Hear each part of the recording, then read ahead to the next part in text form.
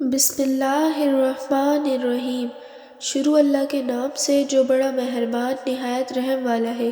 السلام علیکم۔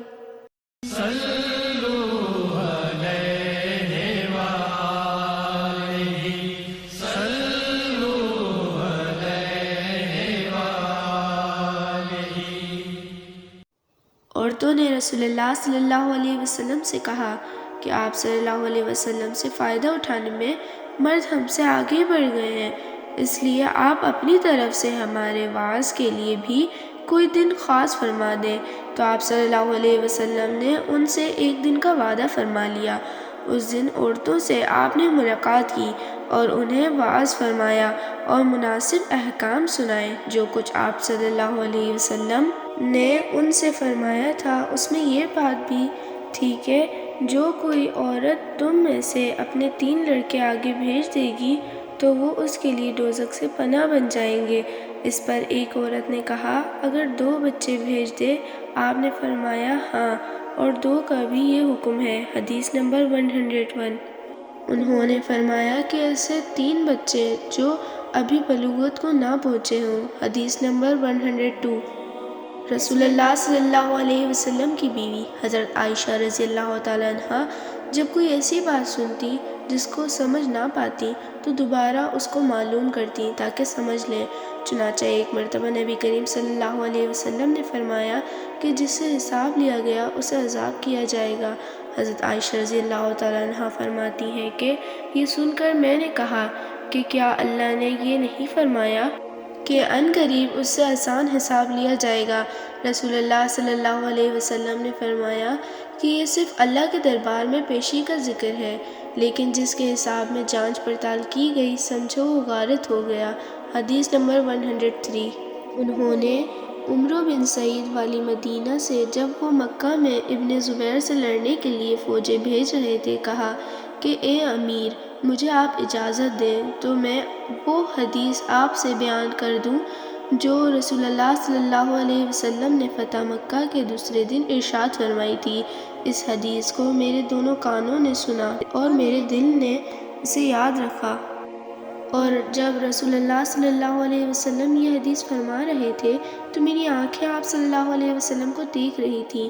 آپ صلی اللہ علیہ وسلم نے پہلے اللہ کی حمد و ثنا بیان کی، پھر فرمایا کہ مکہ کو اللہ نے حرام کیا ہے، آدمیوں نے حرام نہیں کیا۔ تو سن لو کہ کسی شخص کے لیے جو اللہ پر اور یوم آخرت پر ایمان رکھتا ہو جائز نہیں ہے کہ مکہ میں خون ریزی کرے یا اس کا کوئی پیر کاٹے۔ پھر اگر کوئی اللہ کے رسول کے لڑنے کی وجہ سے اس کا جواز نکالے تو اس سے کہہ دو اللہ نے اپنے رسول صلی اللہ علیہ وسلم کے لیے اجازت دی تھی، تمہارے لیے نہیں دی، اور مجھے بھی دن کے کچھ لمحوں کے لیے اجازت ملی تھی، آج اس کی حرمت لوٹ آئی جیسی کل تھی، اور حاضر غالب کو یہ بات پہنچا دے۔ یہ حدیث سننے کے بعد راوی حدیث ابو شراح سے پوچھا گیا کہ آپ کی یہ بات سن کر عمرو نے کیا جواب دیا؟ کہا یوں کہ اے ابو شراح، حدیث کو میں تم سے زیادہ جانتا ہوں، مگر حرم مکہ کسی خطا کار کو یا خون کر کے اور فتنہ پھیلا کر بھاگ آنے والے کو پناہ نہیں دیتا۔ حدیث نمبر 104۔ ایک مرتبہ ابو بکر رضی اللہ تعالیٰ عنہ نے رسول اللہ صلی اللہ علیہ وسلم کا ذکر کیا کہ آپ صلی اللہ علیہ وسلم نے یوں فرمایا، تمہارے خون اور تمہارے مال محمد کہتے ہیں کہ میرے خیال میں آپ صلی اللہ علیہ وسلم نے ارادکم کا لفظ بھی فرمایا، یعنی اور تمہاری آبروئیں تم پر حرام ہیں، جس طرح تمہارے آج کے دن کی حرمت تمہارے اس مہینے میں۔ سن لو یہ خبر حاضر غالب کو پہنچا دے۔ اور محمد راوی حدیث کہتے تھے کہ رسول اللہ صلی اللہ علیہ وسلم نے سچ فرمایا۔ پھر دوبارہ فرمایا، کیا میں نے اللہ کا یہ حکم تمہیں نہیں پہنچا دیا؟ حدیث نمبر 105۔ میں نے حضرت علی رضی اللہ تعالیٰ عنہ کو یہ فرماتے ہوئے سنا کہ رسول اللہ صلی اللہ علیہ وسلم نے فرمایا کہ مجھ پر جھوٹ مت بولو، کیونکہ جو مجھ پر جھوٹ باندھے وہ دوزخ میں داخل ہو۔ حدیث نمبر 106۔ میں نے کبھی آپ سے رسول اللہ صلی اللہ علیہ وسلم کی احادیث نہیں سنی۔ میں نے آپ کو یہ بھی فرماتے ہوئے سنا ہے کہ جو شخص مجھ پر جھوٹ باندھے گا وہ اپنا ٹھکانہ جہنم میں بنا لے۔ حدیث نمبر 107۔ مجھے بہت سی حدیثیں بیان کرنے سے یہ بات روکتی ہے کہ نبی کریم صلی اللہ علیہ وسلم نے فرمایا کہ جو شخص مجھ پر جان بوجھ کر جھوٹ باندھے وہ اپنا ٹھکانہ جہنم میں بنا لے۔ حدیث نمبر 108۔ میں نے رسول اللہ صلی اللہ علیہ وسلم کو یہ فرماتے ہوئے سنا کہ جو شخص میرے نام سے وہ بات بیان کرے جو میں نے نہیں کہی تو وہ اپنا ٹھکانہ جہنم میں بنا لے۔ حدیث نمبر 109۔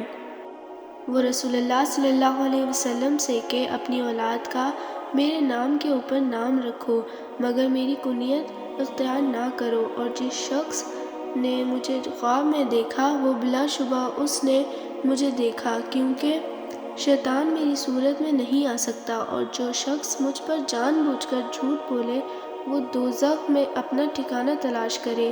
حدیث نمبر 110۔ پلیز میرے چینل کو لائک، شیئر اینڈ سبسکرائب کریں۔